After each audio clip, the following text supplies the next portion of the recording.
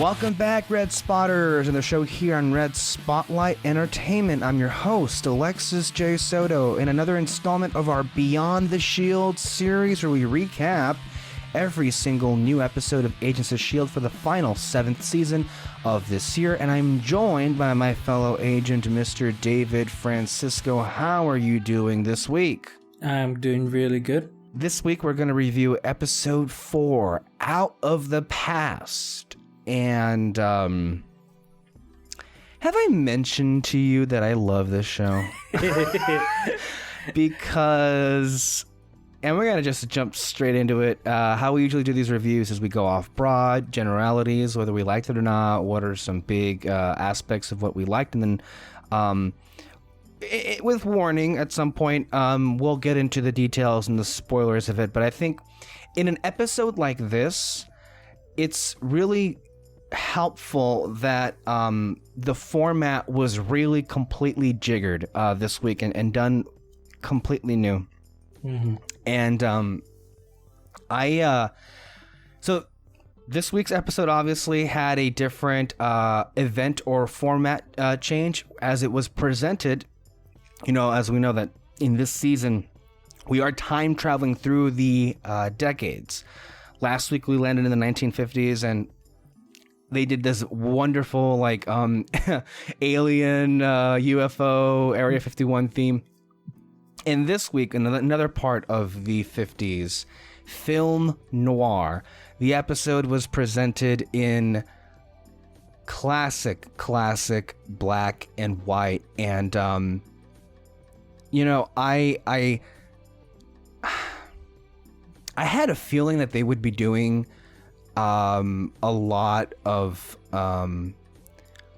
fun twists and themes with these last episodes. When I was thinking about the kind of adventures we would have in time traveling at the end of season 6. Mm-hmm. And I am just so glad that they're taking full advantage of this time travel. I guess you could call it trope, because it's been used, I mean, to death. Let's just be real. But they, I think, are taking full advantage of traveling through the eras and what it can do. And to make this a film noir episode, not just that it's presented in black and white, but that it's also presented also in one of the tropes of the film noir genre is the monologue, or the inner monologue, as the detective is like going through the mechanics of the plot and everything. And we have here the carryover. The carryover from last week was that Coulson, as he was rebooting because he was taken out by the EMP. The side effect is he lost the ability to see in color, and his Chronocom programming caused him to basically do inner monologues in like hearing his thoughts out loud as if it were like presented in inner monologues or whatever it was. Yeah, they really took what I think it was the Fans of S.H.I.E.L.D. podcast that said this. They took what would be an otherwise conventional episode, an otherwise standard good episode, and they really elevated it by going all in with the theming of it. I loved it. So that's kind of where I am. I loved it too. I know last week we said that it was basically a perfect episode, but this episode was also just as perfect. Oh my God. I've watched a lot of pretty ridiculous shows, and when they do a noir style type of thing, they over exaggerated like insanely. You really know? Yeah, and every time it's just kind of like, you know, they do that voice of stereotype thing, right, 1950s like standard voice, as it's like I was standing on my bar, blah blah blah. So almost like like Nick Cage in Spider-Verse voice. Yeah, something like that. Yeah. They just over exaggerated. This one though, like, it's exactly how the characters were acting. It's like there was no overacting, no stereotypical noir style type of stuff. Like they made it genuine noir episode movie, I guess. You know, and even down to like some of the shots that they made, like some quick shots to certain spots or anything like that. And I guess even some of the lighting, I didn't focus that much. The only one that I like noticed of lighting was towards the end, when Sousa got shot in the back. Yeah. Spoilers. Spoilers. Yeah. We should say, though, that the premise of this episode lays out in the very beginning with teasing the death, the historical death of Agent Daniel Sousa being the first fallen agent of S.H.I.E.L.D., which, by the way, nice callback to the Wall of Valor that we saw, I think, at the Academy way back in season 1 of this show. So that's the episode opens with that. So yeah. But we'll get more into that later. Continue. And I remember, actually, it was in the promo of the episode too, actually. So right. It's not spoilers. Never mind. But yeah, but like I know that part. That's like kind of, you see that noir where it's a silhouette of someone and all that.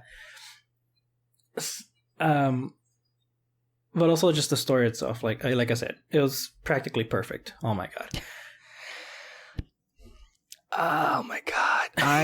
There's just so we'll get into the characters and the stuff, you know, in the latter half. But it's just like, I mean, I can't stop just geeking out about seeing this in black and white. You know, it's interesting because I think by many contemporary and modern era mindset standards, particularly I think in our generation, perhaps, and those.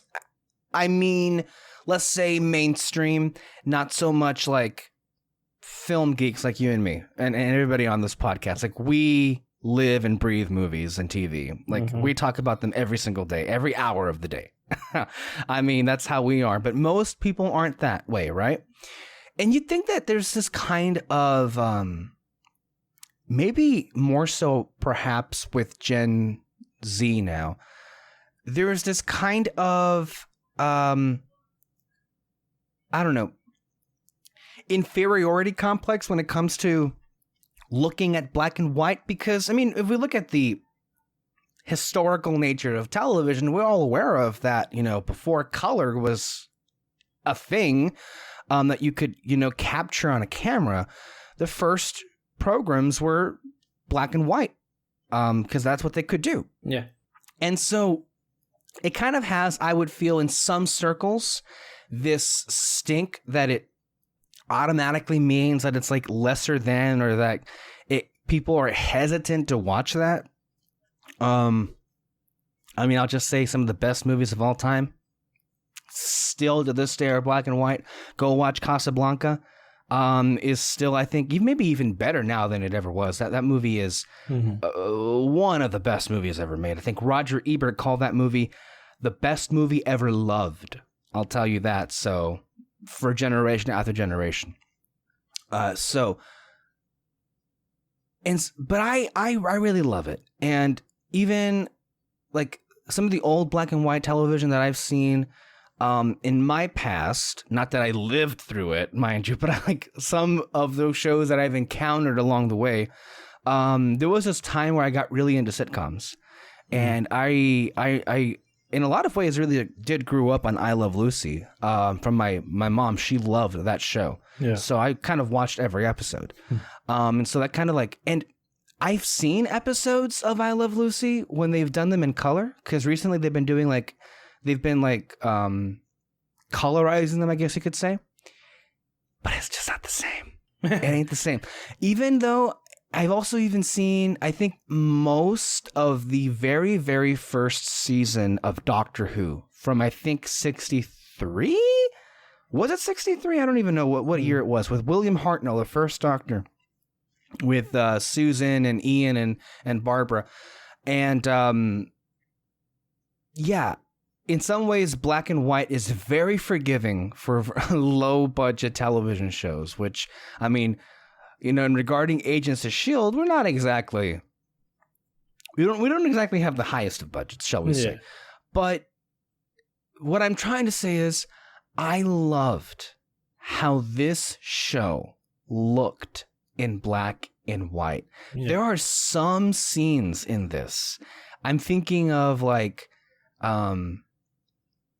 even the scene where they're in even the scenes in the Zephyr. There was this one scene where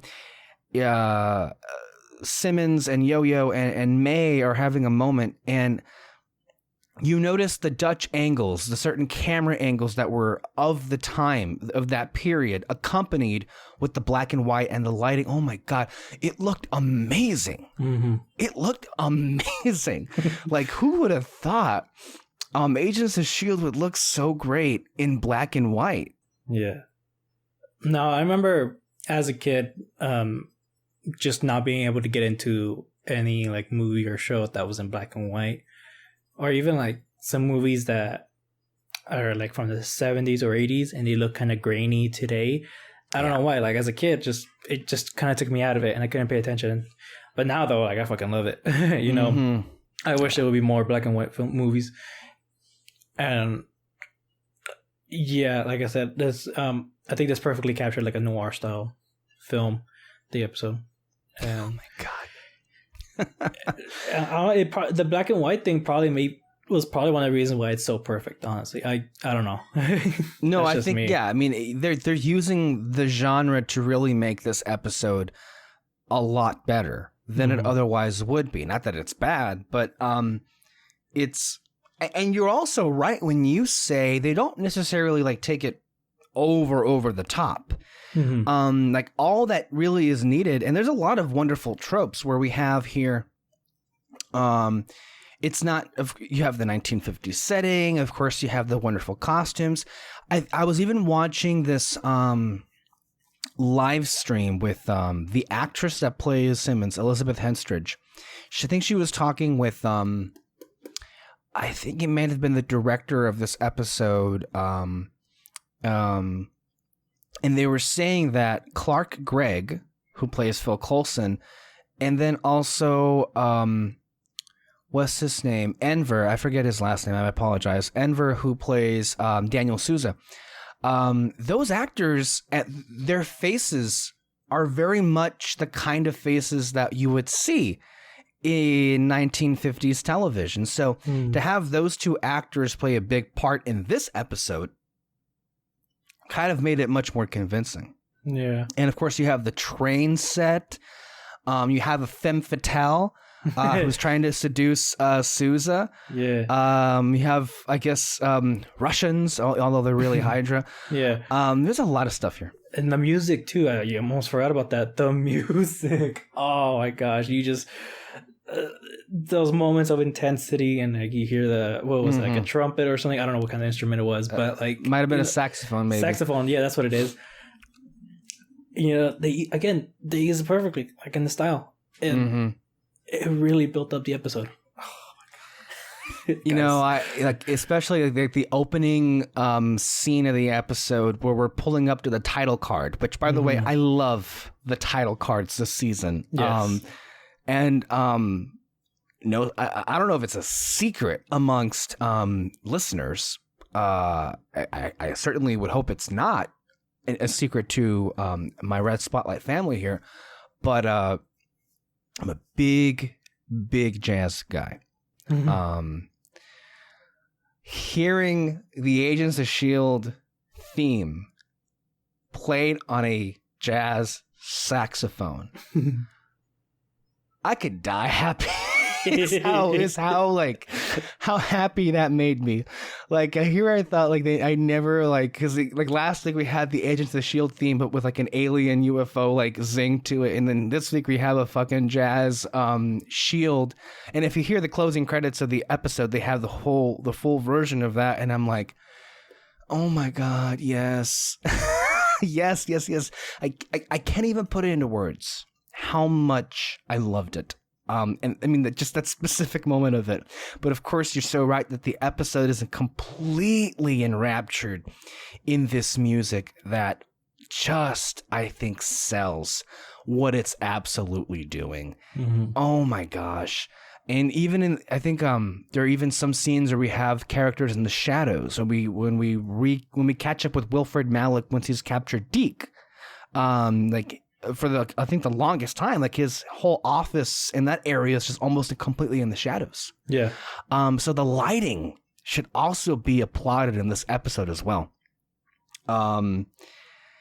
Yeah, just as far as like the presentation is concerned, on all of those things, not only is this like easily one of the most, I think, memorable episodes. I think it will be amongst the most memorable episodes of the series, but I think it also just shows to you the level of commitment that the team behind this show is just going for it. Like the level of confidence in knowing what this show is so completely, it's a contrast. It's a night and day contrast from the very first episodes of this show. You yourself say those are some rough days, going back to the first episodes where you kind of felt like no one really knew what was the point of the show. No one really knew where this was going. What were we building to anything? No one knew anything, including, of course, us who would watch the episodes. And while I found them to be entertaining and enjoyable, there still were lingering questions. I mean, one of the fatal flaws of the series going back was the decision to really, and I think it worked out in the end, especially with season 2, but they really did stretch out the complete story behind Coulson's resurrection. I think I remember it was episode 7 or 8 of season 2 when they finally revealed that Coulson's alien carvings was the coordinates to an Inhumans city in the Earth. And one review that I read at the time said, this is the conclusion of an absurd 29 episode arc. And it was like that's an example of how long it took for things to be fully realized in those days. Yeah. But the fact that here we are in the final weeks of this series, and for it to show and exude such confidence in its own storytelling is amazing to me. And like when we look at last week's episode, Alien Commies from the Future, and then this week's episode, Out of the Past, like these are perfect reasons why I love Agents of S.H.I.E.L.D. And yeah, man, I just love how they're making every single week count. I love how they're making every single episode feel like its own mini event building up to the finale. Like this is like, I'm not going to lie, this is quickly becoming one of my favorite seasons of the show.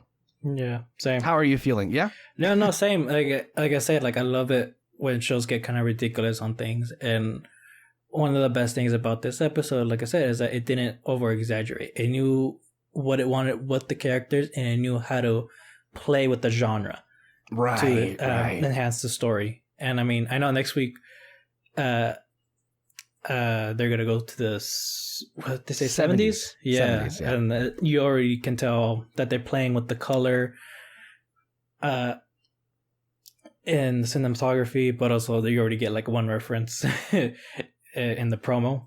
And I'm so excited. Oh my god. No, I am as well. And we should probably start off now. Warning, this is we're going to get into the actual spoilers here, because we have, there's a lot of stuff that happened, and kind of monumental things happened in this episode. It's funny how that's kind of an afterthought, but yeah, this is kind of a game changer in a lot of ways. I know like the whole like noir thing was like really, at the top of mind here, but there's a lot of stuff that happened with new alliances being formed, and then also a change in the mission. So the big thing, and I'll tell you, I knew the ending of this because I've seen promotional footage of Daniel Souza in other scenes that weren't in this episode. So I kind of, I think it was pretty obvious what they were building to, but I mean, that's an inspired choice. So the idea to take Daniel Souza from Agent Carter out of his era and take him on the bus with the team into the future. This is like, I love how the episode begins with the premise of that the Chronicoms have already kind of fucked the timeline out of like control. And you know, it's interesting because like Mac has to make a similar decision that Daisy did when she was going off the reservation a few weeks back and she was ordering Deke to kill Malik. And I love how that also comes back in Deke's face in a different direction. But in regards to Souza, the line of the episode, I think when he was talking with Coulson, which by the way, I love the rapport that Mac and Coulson have. Like, I love that Coulson like very clearly states what he would do, but very much is just like, is very much in support of Mac's leadership. Like, at no point does Coulson ever like double think or like Mac's decision. And that is when he says that it is a lot easier to let a bad man live than to live a good guy die. And it helped that the Chronicoms already fucked with certain things, but that was the moment. I think he also calls up Daisy, where they all make the choice. Okay, you know what? Fuck it. the timeline for what we already know has been thrown off, and the team makes this decision to just go ahead and save Daniel Souza's life, which also I think it's interesting. We're 4 episodes in, and we've made this massive shift, and part of it is, well, yeah, I don't know how we can put things back how they were supposed to be at this point, but at the same time, it kind of is the right thing to do. And it also does help that they were able to massage the details to where it's like, yeah, he didn't. I mean, he's still dead to everybody else, but he really didn't die. And I love how Max said to Coulson, well, your sacrifice was the game changer for the Avengers, but you got to live another day. So, I mean, and it's interesting because if you think back to the beginning of Coulson and Mac's relationship, in the very beginning of like when Mac was introduced, whoa, was it contentious. Like Mac really, really didn't want Coulson to be the head of S.H.I.E.L.D. because he thought it was just unnatural that Fury brought him back from the dead with alien DNA, with what he was thinking or paranoid of being alien messages in his mind. Like it messed him up according to Mac's own viewpoint. So it's fascinating how we're at the tail end of the show and how not only has that dynamic completely changed, but that Mac now is very much admires the fact that Coulson was able to come back. And so him doing the same thing for Souza, which, I mean, Souza is just a great guy all around. I mean, I found him to be one of the most enjoyable parts of Agent Carter. And can I just say, like, it really is special, I think, for fans of Agent Carter, as you and I were and are, to see that character live on. Beyond that. I remember at the end of this episode, I was like, this is such huge respect for that show to like somehow make it live on in this show. And I love the way he kind of handled the whole situation. They're telling him like, you're dead, but not really, and all that. And then they're just telling him everything. It's like, we're time travelers. We're dealing with aliens. And Hydra is infiltrating S.H.I.E.L.D. He's just kind of like, okay, well, what's the mission then? Like, where do we start? I mean, look, this episode showed in many ways what a capable spy Souza is. Yes. When he was able to see from a mile away the femme fatale and all the stuff that was coming at him in his direction, what a capable fighter you can be.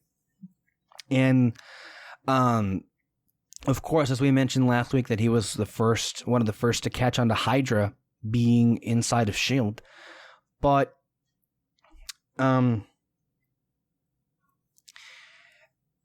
it was just a big moment, I feel like this felt like the real like Agents of S.H.I.E.L.D., Agent Carter crossover, where Daniel Souza wakes up on the Zephyr at the end of the episode, and Coulson formally introduces himself, and then the mission and everything.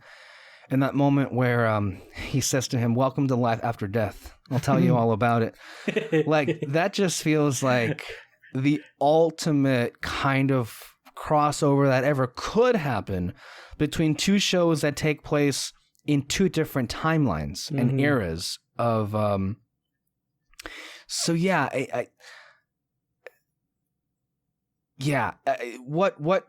I think great respect to Agent Carter, and of course to the character of Daniel Souza. Like, he very much like is shown to be just about the most competent person around. With him, I think his instincts were right to like get the fuck away from S.H.I.E.L.D. a little bit, because like they weren't really sharing much, and it was troubling that they didn't seem at all concerned at that moment anyway about that Hydra was involved, and that they were making him not tell anyone, which is like, he had that moment with Daisy, him being like frustrated with not being able to like actually, act on this information. And she was, when he says that Hydra has taken a lot, there's this wonderful camera movement where it cuts to Daisy. So when Souza says Hydra has taken a lot of good people from me, and then it cuts to Daisy, and you see she doesn't say anything. You just see her facial reaction, and you just know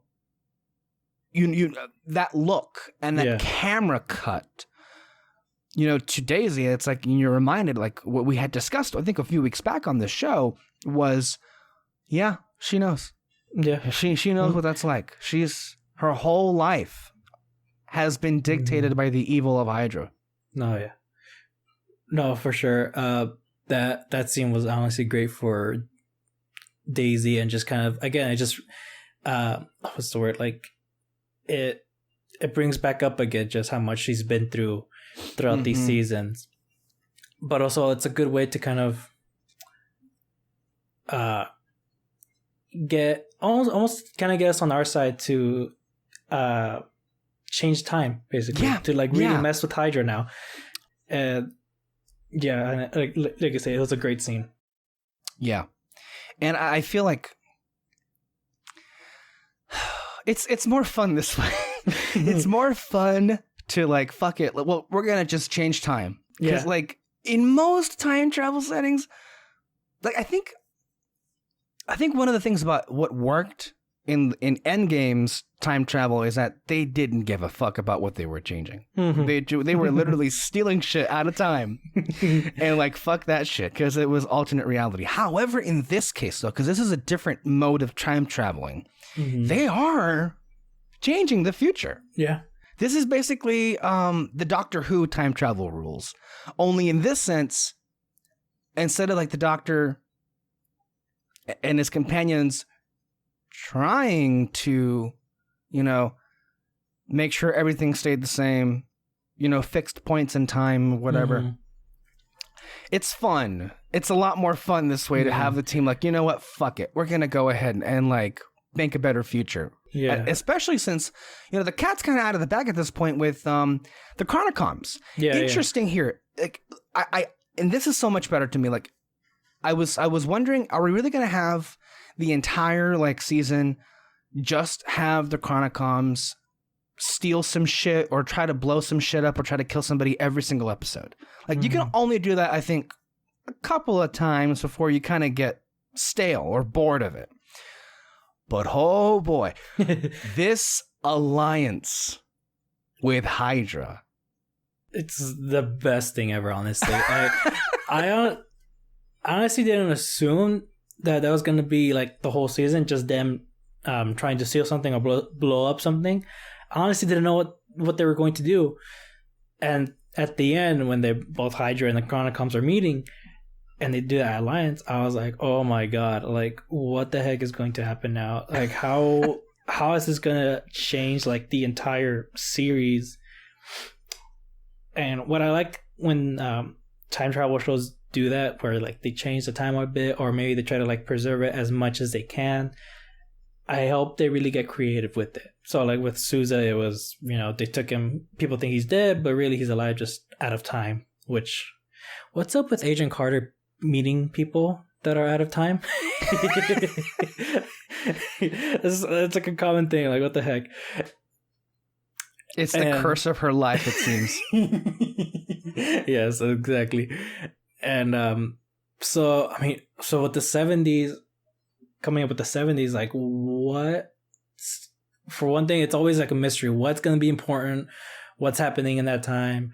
What's Hydra going to do? And it just gets you even more excited because now you have like 50 other questions before, and I'm just hoping that they get creative with how it's going to be solved and what changes are they willing to make. Because I know one time travel show I watched, Timeless, and that one, like, they straight up like changed the place where John F. Kennedy died. Really? Where someone was supposed to make this big dramatic speech at some point, but someone else took it, but it still had the same effect, and like they were afraid to change the time. So yeah, I really hope they get creative with it. It's great. It's I mean, just from the fan standpoint, this is just so much fun. So much fun. With the Chronicons now, because I think an interesting moment in this episode was when they were trying to make a deal with Coulson. I love how Coulson was like, "Fuck off, man!" Yeah. Like, I wonder. I'm going to assume that he's going to say to Mac in the coming episode about that, because that was not really mentioned after, I think, or maybe he did. I don't know. Maybe it was off screen or whatever. But interesting that they were trying to make a deal with Coulson, but now an alliance with Hydra, like on both sides of this equation, we're just blowing the doors open to so many possibilities. I can't think of a better way to close out this show, man. Like, this is really, really, really, like, so exciting about where we could go. So, like, on just, like, almost every single level, like, this episode just kind of, like, changed the game going forward with it. And so it also is encapsulated with some interesting moments with our characters. So, Deke, in particular. So, I think this is the first time we get to see Deke and Yo-Yo have like some intimate time together, with just the two of them being paired up to go basically fetch the device, the MacGuffin. And of course, another trope of this genre. And I love how like it's just a fucking block in a suitcase. And everybody was like, what the fuck is that? We have absolutely no idea what the heck it is. It doesn't matter. It somehow like started every other piece of technology S.H.I.E.L.D. has. And it's like, how? I really hope it comes back though.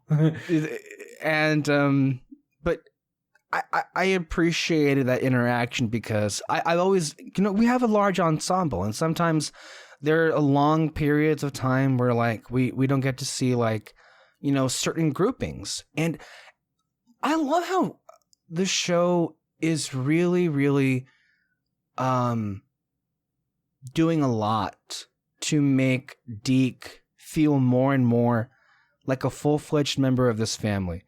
Like in a lot of ways, he does come across and is like the baby brother of the group, with him like learning these lessons for the first time, as we saw him with his like his interactions with Daisy, and then I was in the field with Mac. But now with Yo-Yo, like Yo-Yo gets to like help Deke go through like this little internal struggle, because in the beginning Deke seems a little bit uncomfortable with time already being a little bit thrown out of whack, and Yo-Yo was like, Yo-Yo didn't really take much of a position before this episode, but she's very much uncomfortable with the idea of being the agents of status quo, as she says. And Deke very much is, for the moment, maybe not entirely like gung-ho and like keeping things the same, but certainly a little bit indecisive about it. A wonderful exchange between those two when he and again, this really speaks to a little bit of like the innocence that he has, like, kind of like a child. But when he asks Yo-Yo about, are women even allowed to drive in the 50s? And he's like, yeah. Well, why would you think so? And then, I mean, again, to be fair to him, well, we were just in the 30s and they were like really like racist and sexist. But now we're in the 50s but we're still really racist and sexist. And then again, it's just a beautiful line, beautiful and sad, because I could personally just add on, well, we're in the 2020s and we're still pretty racist and sexist. So it's no, yeah, that was a hilarious line, honestly, and I really like just learning more about Earth's history, basically, and at the same time learning more about himself and who he is as an individual.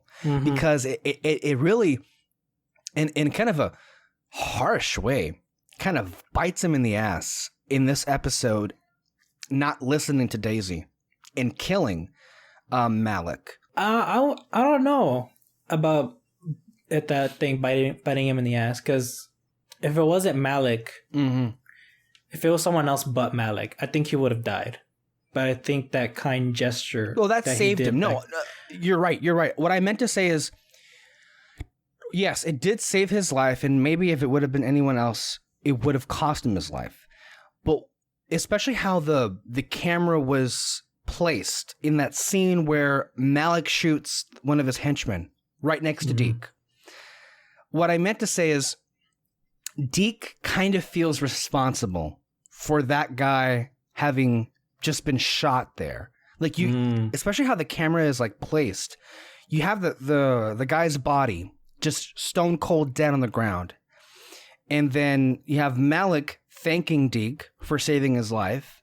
And then Deke just looks down at the guy, and you can tell like he just feels responsible. Okay. For having let this person live. And all of the people he might have killed in that time, it's almost as if like the weight of the world on your shoulders kind of approach is that he felt so terrible about that. I don't think he was. I mean, of course, he was fearful for his life and used that connection to get the fuck out of there in one piece.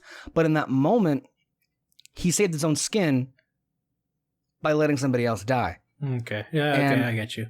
That's what I mean. Like, that was a big moment for him, to where we get to the end of the episode and he has that final exchange with Yo-Yo where he was like, yeah, I'm ready to change some shit up here, because that you can tell that made him feel like shit in that way. So yeah, he survived, and you're right, he used that moment, but like it kind of like, not like it bit him in the ass where like, it cost him, but at the Ghost of Christmas Past it kind of like shows this is what the ultimate consequence was of you not taking him out.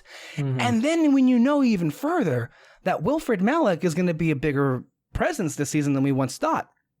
And if they had just taken him out, especially now since they're going to go ahead and like change shit anyway, that really would have helped them in the long run to just eliminate Malik then and there. So that's going to keep coming back. For Deke. Yeah, no, that's really interesting. I honestly didn't think of it that way. I thought he just kind of like, I thought it was just fear the whole time that scene was going on. And he should have been afraid though. Oh yeah, for sure. Yeah. But then when you mentioned that he blamed himself for that guy's death, yeah, I'm sure he was gonna also feel guilty for how Wilfred turned out to be. Exactly. Because we literally saw him as like a kid. Yeah, I mean, he was almost like how Deke was when we first see him. Yeah. Just someone trying to survive. Yeah.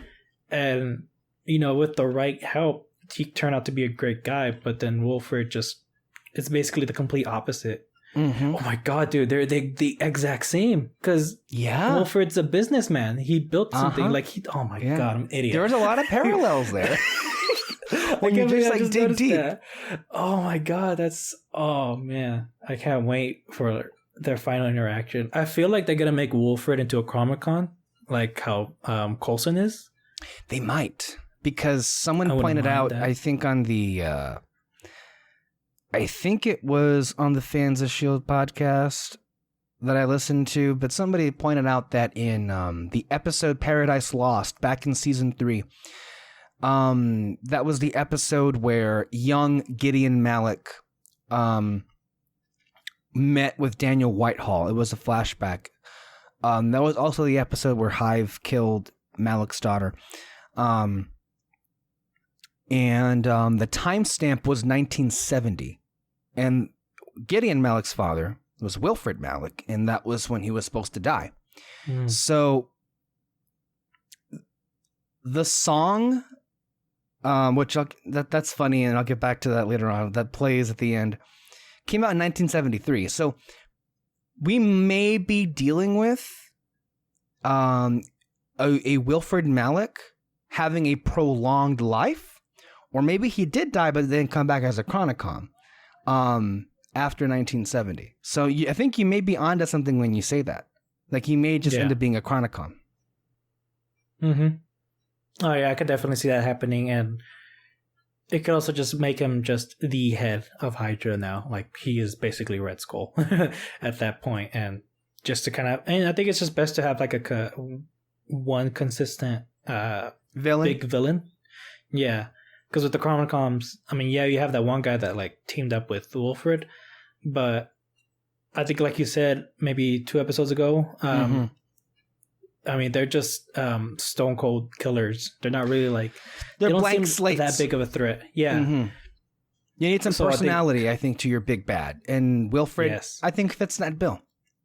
He seemed very imposing. I was fucking scared. Oh my gosh. It was just jarring to see like that character be like a kid like Deke was when we first met him, and then to that wolf basically that we saw in the dead. Well, I mean, like I said, when they were messing with the lighting for the N.O.I.R style, when you first see him, he's literally like in the dark. You don't see his face and all that. So I think, again, perfectly used. Yeah. Oh my god. So we should talk about May. I was kind of disappointed with the reveal, but it's also really interesting. Yeah. Because like I said, I thought she was just dealing with some trauma that she didn't want to deal with. But no, now we're getting an explanation in that her going into that other parallel world or dimension, that's what it is, caused her to lose all her emotions, and that's it. And I guess it's cool. Yeah. But also like the explanation of her anxiety attack, which was basically it wasn't her self feeling that, it was everyone that she was helping out during that place. Yeah, I think it, like with May, the more we're finding out, like, and especially how the way that they're really being selective with what information they give week to week. Like, yeah, I was kind of more on board with you about it being like a psychological thing. But at the same time, I think in a way, this does kind of have the same effect. Not entirely, but in a way. And I'm interested how they're going to use that going forward. I heard one theory that she's going to be able to tell who's a Chronicon. Yes. Because she touched Coulson's hand and she said, I don't feel anything. And so now she can just be like, which kind of hurt because, Felinda and everything. I love how they keep doing that this year. God, they keep doing it where it's like the only interactions we're getting between them are like, fuck you. Yeah. And she just walks away. No, and it's so sad though too, because like as soon as he starts seeing color again, May shows up, and it's kind of like, oh, she's bringing color back to my world, and she's like, I feel nothing. No. Oh my god, that was it's so like sad. They're really just twisting the knife with it. I think in a way, it does a couple of new things with Mei. The fact that she can feel everyone's emotions. In a lot of ways, she can feel emotions that she never has before. Mm-hmm. And that can create different sides of Mei that we hadn't otherwise seen. So like before the reveal happened, I was just like nervously laughing, like, what the fuck is going on with her, when she was like laughing at or giddy at this block rectangle thing with Simmons, and everyone just gives her like these what the fuck looks like. Yeah, it's like, is that a smile? Is that yeah? And then when she shakes Suze's hand and she starts, it seemed like she was having another anxiety attack or something, because she was like looking around like wanting to run, and then like what the fuck is going on with her? Yeah, I think what I'm most curious is what is going to be the end point for that. So there were some other theories that, is this like a permanent change for Mei or a temporary one? Because she was, she was in that ghost dimension, I guess we could call it, for like a small period of time. And I buy the logic. Yeah. I wonder to what end we're going to see that. Yes, we can use it. We can use that ability to tell more easily who is a Chronicom and who isn't.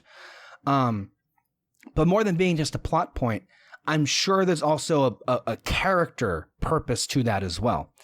And how, we're all just hoping in the end, Chronicom, Coulson, and Mei, I don't know, they get to have their happy ending after all, or in some way. I don't know how that could work, but, I think what they can try to do is, as the episodes progress, she maybe slowly starts losing that ability. No, feelings to the team.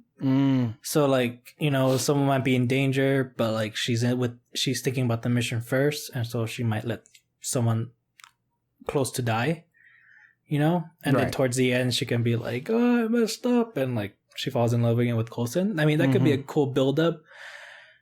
Or yeah, she could lose her powers too, that ability, and maybe it can lead back up to what I was saying in the beginning, which is that she's finally dealing with all the emotions that she's been holding. And in a way, down. that can also, I think that's why I feel like maybe this also serves what you're talking about right there, because her feeling everybody else's emotions can kind of help her, well, for one, deal with her own lack of emotions, but it also is in a way of helping her work out through these last few traumatic years of her life. And,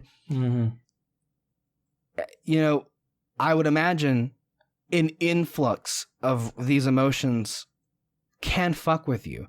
So I'm interested to see, from a character standpoint, how she deals with that.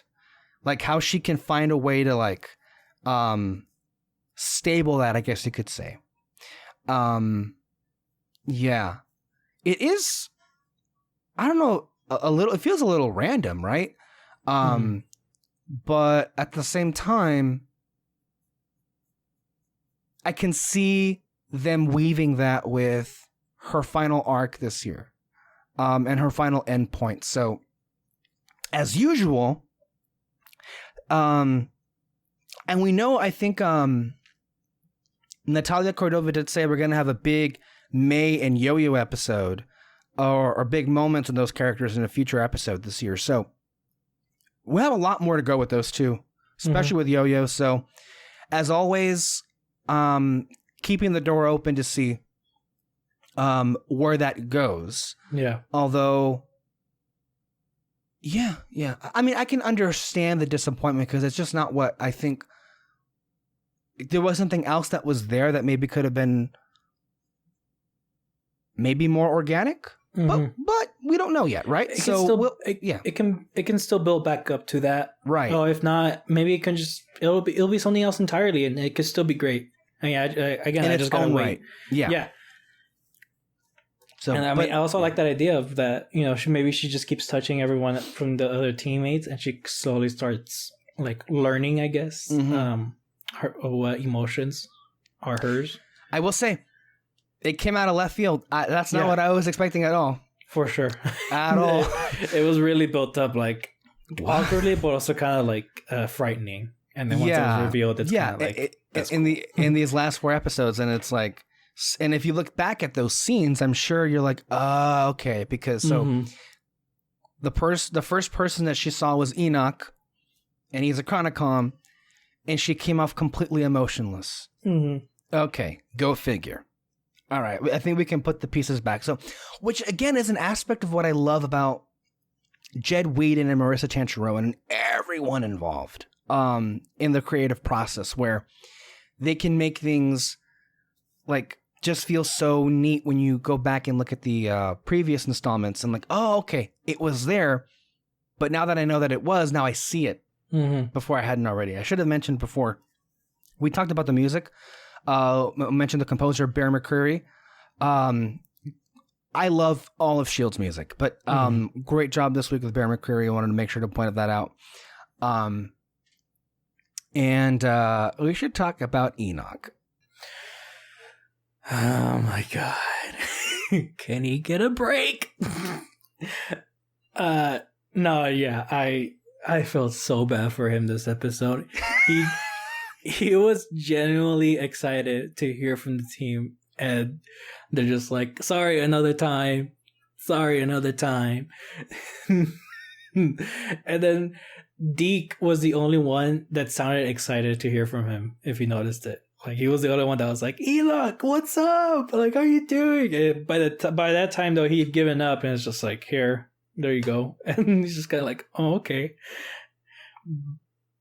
I'm really wondering what they're gonna do next episode, because he just comes out of nowhere in a promo, mind you, and so like I'm kind of hoping like he brings it up, like, how dare you guys leave me or something like that. I don't know what's gonna happen. I doubt it's gonna be like crazy emotions from him, but oh my God, Enoch's my favorite, and I just he should be treated right. God damn it. Yeah, when we see Enoch link back up with the team, it would be 1973. That means he was stuck since 1931. 40 something years then. Oh my God. And you get a glimpse of like what he's been dealing with that one guy. He's just like, whatever, like listening to anyone's story that comes the crazy in. Canoe, which I think they said that it was a S.H.I.E.L.D. safe house. I wonder if that is supposed to be the same bar that, so you remember the old S.H.I.E.L.D. base, the playground that we had through seasons 2 through 4. Remember that base? No. Yeah, the main base, the playground. It was the main headquarters for S.H.I.E.L.D. You know, the hangar, Lola, the rec room. You don't remember that? The main, like the underground part. Yeah, the underground base. Oh, okay, my bad. Yeah, that's what I mean. I think because I remember there was this one episode where on top of the underground base there was a bar. I wonder if this is Enoch starting up that S.H.I.E.L.D. base or whatever it is. Maybe, I don't know. Could be. I mean, again, the next episode it's gonna have that guy. Rick Stoner, played by Patrick Warburton, is gonna come back, and he's, I think, a director of S.H.I.E.L.D. And in the Lighthouse, I think, is where we're gonna see them back up. So yeah. What's interesting, I think the director of this episode said that. So that bar, the Crazy Canoe, it's also been other locations. We've seen that bar in other episodes, and they've completely redressed it. So first, that's the same bar from the planet Kitson from last season. The Kitson, Fear and Loathing on Planet Kitson. Yeah. I think it's also the same bar from. It may have been from even the one that was used a couple of episodes ago. I love how they're able to just redress the set and make it look completely different. So there's that. So what you were saying with Enoch. I don't know how you couldn't. If you're a writer, I don't know how you just can't help yourself.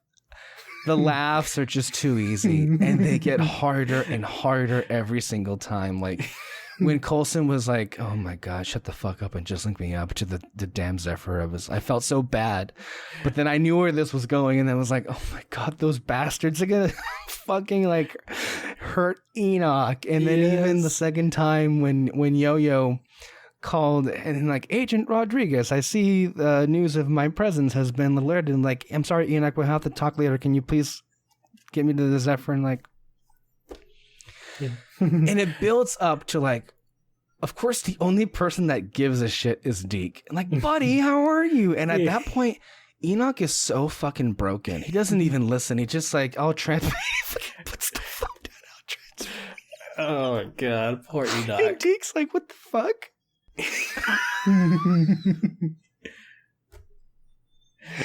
Oh my God. I'm glad that we're gonna meet up with him next week. Yes, because I need more Enoch, but then also what we've been given, that was perfect. That was perfect, man. That last one really made me laugh so hard, especially because like Deke's excitement and Enoch's just, and then when he says that I am alone in this world as I have always been. Oh my God. No, but I like that they mentioned him though at the end of the episode where like they were like, "Oh, we're gonna leave him behind again." It's like, well, we just don't have time right now. We'll get him back next time. So. And also it's not like they have a choice. The Zephyr just takes off when what we know is when the Chronocoms leave the timeline, the Zephyr follows like directly behind them. It's almost like in The Last Jedi. I think of it like when the Resistance goes into hyperspace, and General Hux says that we have them tied on the end of a string, and they track them through hyperspace. It's the exact same thing. Like they follow the exact same waves through time traveling here with S.H.I.E.L.D. So they really didn't have an option.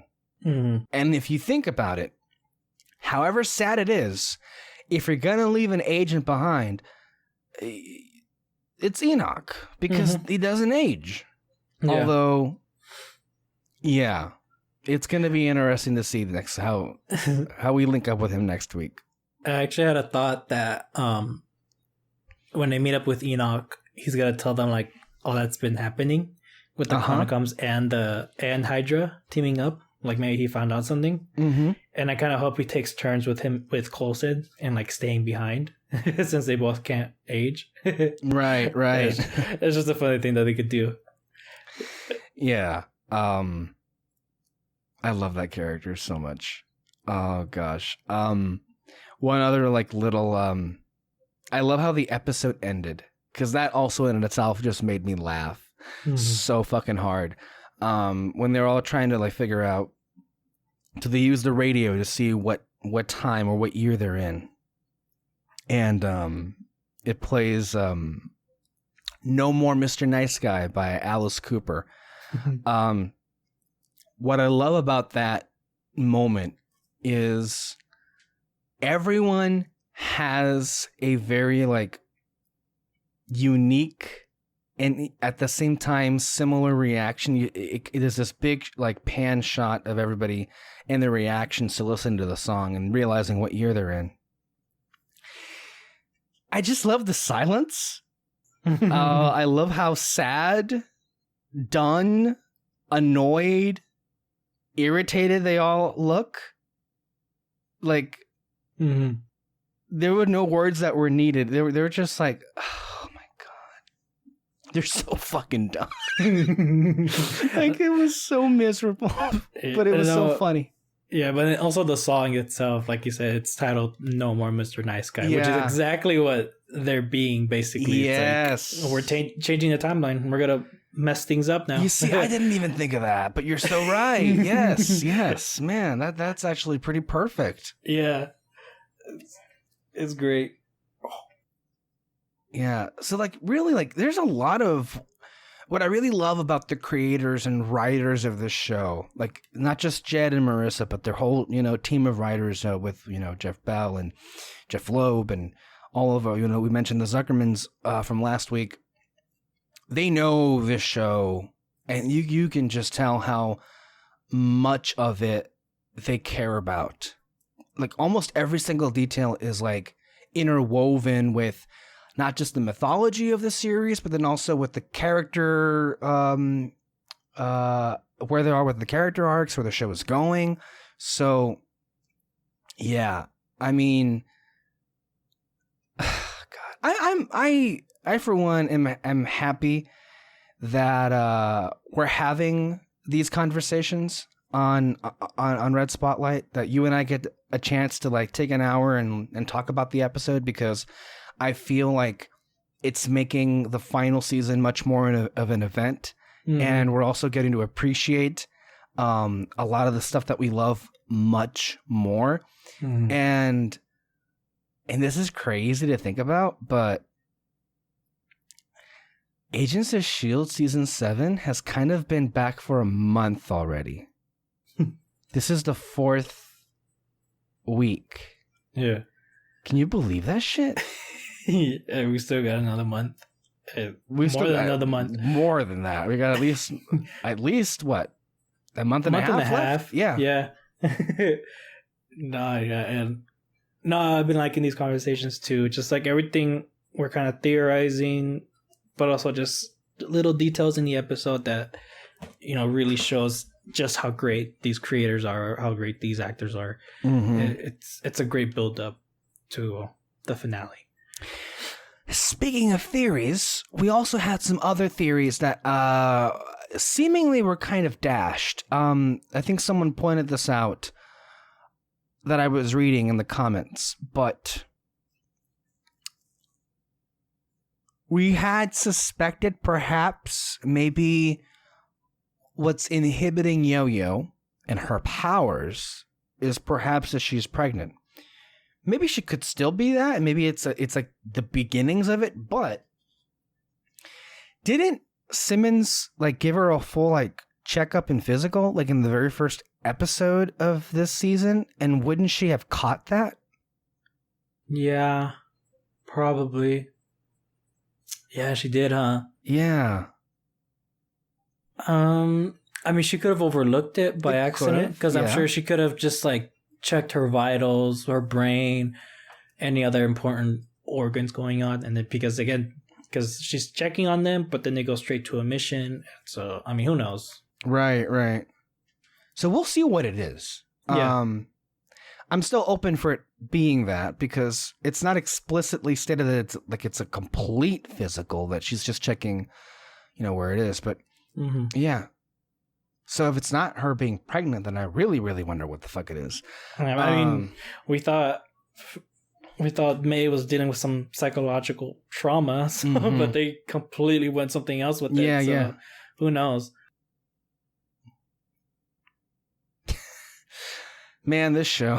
Oh, it's insane. Yeah, man. Also, I saw another theory, actually. Someone said, since Daniel Souza is out of time, are they going to give an explanation as to why he was in New York? Avengers? Yeah. Oh, yeah. That would be really cool, honestly. I wonder, yeah, man. I don't know. I don't know what that means. I mean, the fact that they're changing the timeline now, like, it's kind of all bets are off. Mm-hmm. You kind of have no idea what's going to happen. Yeah. Anything could happen. One of the things that I mentioned last week, I think we were talking about Agent Carter. Well, I mean, Peggy Carter and her timeline. So if we're going to believe the writers of Endgame, not the directors, because we had mentioned that Joe and Anthony Russo have a different interpretation of Chris Marcus and Steve McFeely when it comes to that final scene with Steve Rogers with Peggy. And like the directors think that, well, that's an alternate reality or whatever. And then the writers are like, well, no, that's in this timeline. He went back in time. If you were to take the position of the writers, and I think it was revealed that last scene where Steve and Peggy are having their dance, that's the year 1949, and that's after the events of Agent Carter. and before, obviously, 1955, which is what we have right here. And if we're going to buy in that this is all part of one big timeline universe, that would mean that at this point, Peggy and Steve are together. And that's why Peggy and Daniel Souza are not. Yeah. And how she kept that a secret, I don't know. Yeah, that's the big thing about that story. It's like, how the heck could any of keep it a secret? But also, he just stood there while like some bad shit was happening in the world. Because then at that point, that would you see that there's a lot of troubling things about that whole theory at that point. So that's why, ultimately, for the movie Endgame, it doesn't matter. But that's if you buy into the writer's perspective, that's another fun thing about that. But yeah, I mean that's about all I got. Anything else? Nope. That's it for me. Yeah, I mean we're on a roll, man. We're definitely on a roll with the quality of these episodes. Yeah. Well, with that being said, thank you, David, for being here. Another installment of the Behind the Shield series, and thank you for our listeners. If you're out there, I hope you appreciate this. I hope you like our conversation. I mean, we love this show. We love talking about this show, and I'm so thankful that we get to close out this wonderful, wonderful series with this podcast, Beyond the Shield, with Red Spotlight every single Monday as we recap these episodes. So, with that being said,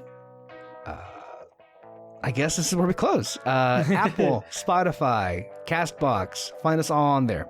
And until next time, here under the Spotlight, bye-bye. Bye.